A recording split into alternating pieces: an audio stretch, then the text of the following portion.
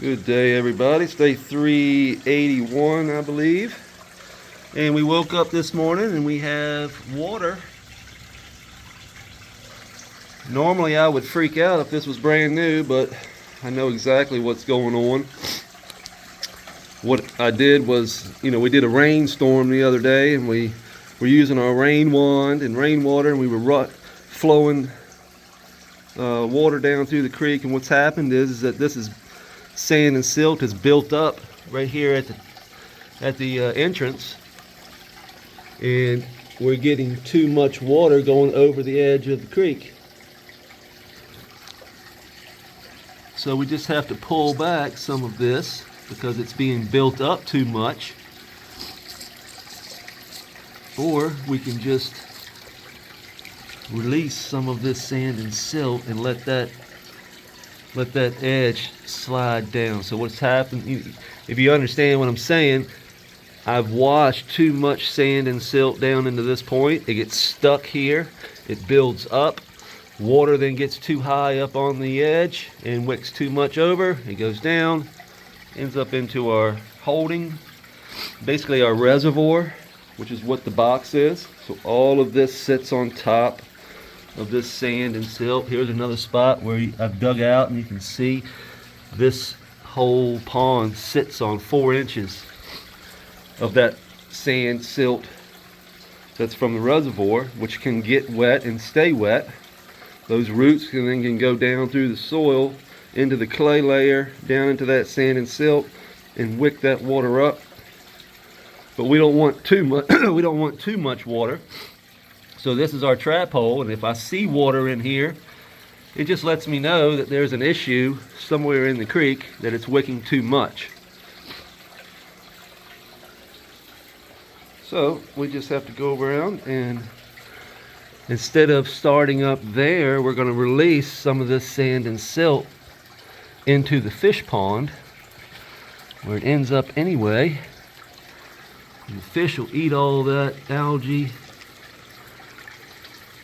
and it will release this sidewall. So basically we've just got too much water being wicked up right here, and we're just, as we work this down and out, the sides will seep down and not allow that water to get up underneath there too much, and that'll solve our problem.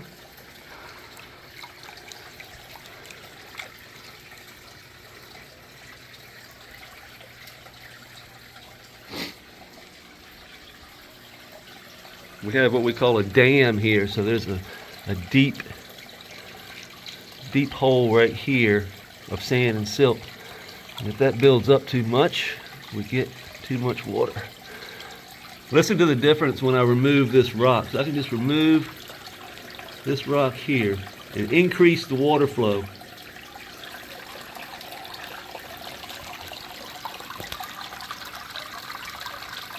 You really hear the difference.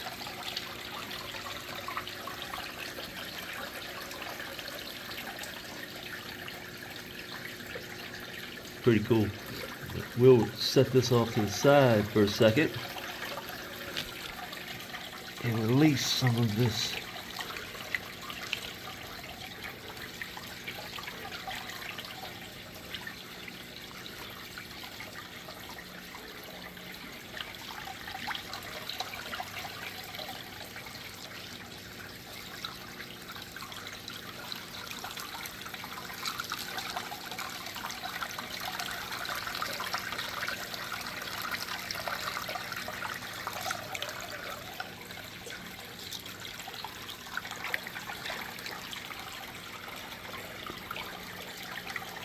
Yeah, there we go.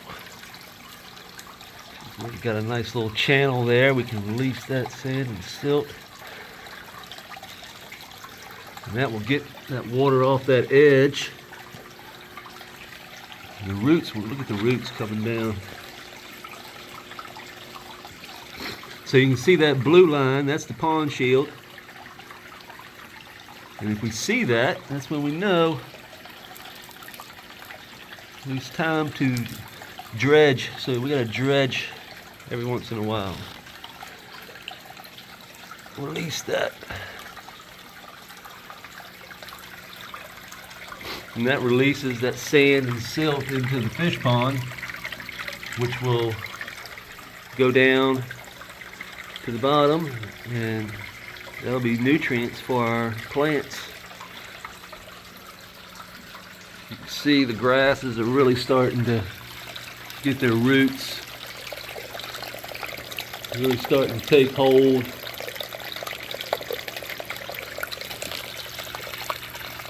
This is what we want. We want those roots.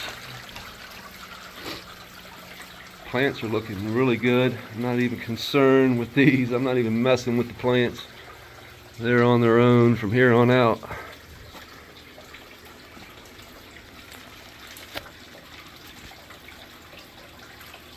I don't really have to do anything to these.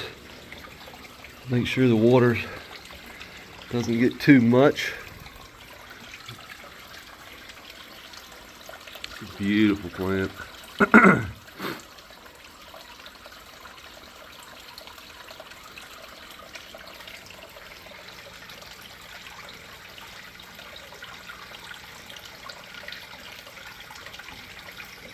You can start to see some yellow or some pink streaking in the top branches there.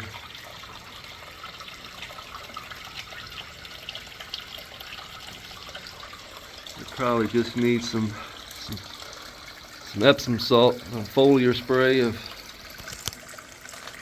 but I'm not going to do anything. I'm just going to let it run right on out. See what happens. We got our cut here. It's just really rooting. It's just there to clean the water. That's all that thing is doing. I'm not trying to re-veg it or anything. It's just there to test the water, so to speak.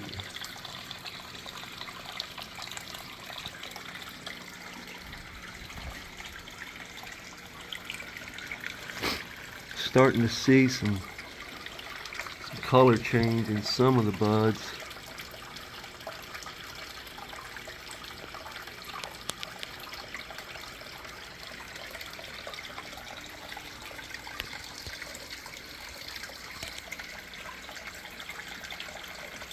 This thing smells like straight cherry. Unbelievable. Cherry Grande from OK Calyx. Cherry Grande times Peach Pistols, excuse me. And this is Jolly Pond's Wild Blue. This is the top of the plant. Super heavy.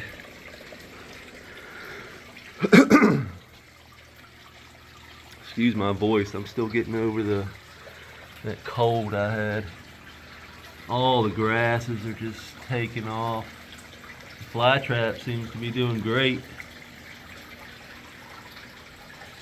The center of that is starting to sink down. The soil is starting to be broken down.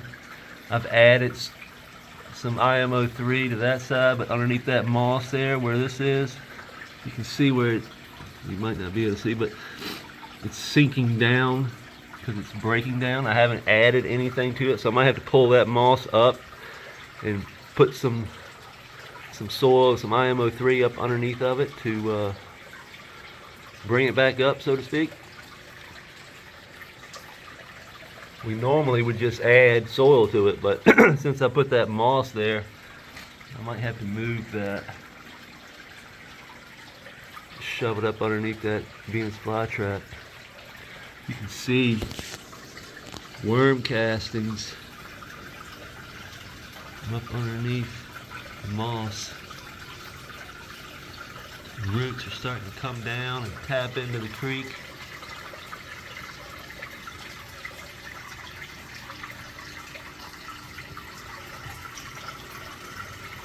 That's what we're looking for.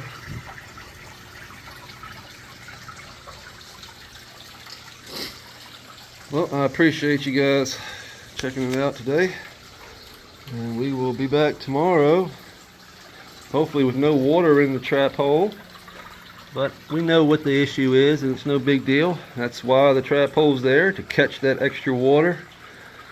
when there is too much, so that the plants don't get, and the soil isn't sitting in water. That's what we wanted to avoid. We don't want the soil sitting in water, so we've basically got a layer of that sand and silt up above that soil, and all that extra water runs right down into the box, where either I can suck it out with a shop vac or a pump, or I can just let it sit there and let the roots suck it up over time, once I have solved the issue of, like, basically just dredging this out here.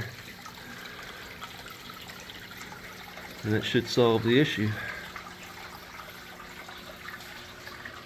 We shall see. We shall see tomorrow morning.